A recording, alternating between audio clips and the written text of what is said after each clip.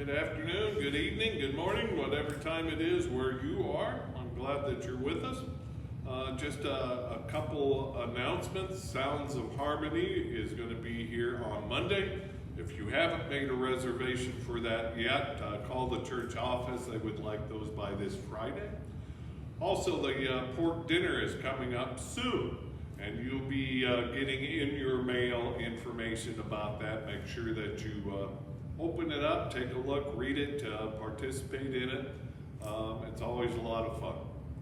Also, we continue to have the Kind Human Survival Guide study on Tuesday nights at 6, and in our sermon series, we're talking about how to be kind in this unkind world, polarized, anxious, fearful world. Right? So this week, we're in the Gospel of Mark. And in this lectionary reading, we come to the second passion prediction. In Mark, Jesus makes 3 passion predictions. The passion prediction is when Jesus tells the disciples that they're going to Jerusalem, that the Son of Man is going to be betrayed and will will suffer and die and in 3 days rise. This is the second one. And what is the disciples' response to that? Absolute silence. They don't say a thing. The gospel tells us they didn't understand and they didn't ask because they were afraid. What were they afraid of? What would make you afraid of the Passion story? Well, what they're afraid of is changing their minds, right? That's a big fear of ours, right? Change is the biggest fear in our lives, and out of change, the change of mind and attitudes and opinions has got to be right up there at the top. Right? So they have this fear of changing their minds of what they think that the Messiah is, right? Their Messiah, of course, is not going to die. Their Messiah is all-powerful. Jesus is telling them otherwise. If they ask for clarification, they might have to change their minds. So what does that have to do with us and kindness? Well, we need to be aware that we have that fear, right?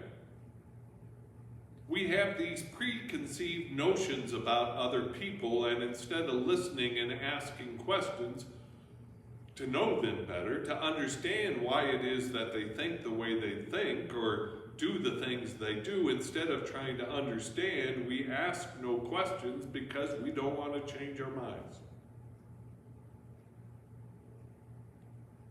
I guess the lesson is be open. Listen. Change your mind is not the end of the world.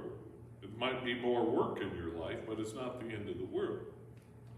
John Calvin has this saying. It's beautiful. I need to paraphrase it because I don't remember it exactly right now. Something along these lines. Our preconceived opinions are the darkness in our lives in the midst of light and revelation. Our preconceived notions, our preconceived opinions, our preconceived ideas about the world, about others, is darkness in our lives. Even when we're in the midst of them revealing themselves, or even when we're in the midst of Jesus revealing Jesus. So this is the meditation. What preconceived notions are you really having a hard time letting go? What preconceived opinions of others keeps you from experiencing the world of God as fully as you could, and keeps you from including other people in your life? Something to think about.